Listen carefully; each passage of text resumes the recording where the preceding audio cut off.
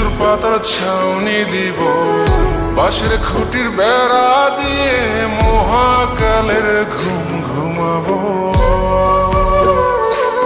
আমি মাটির একান ঘর বানাবো, খেজুর পাতার ছাউনি দিব, বাঁশের খুঁটির বেড়া দিয়ে মহাকালের ঘুম ঘুমাবো।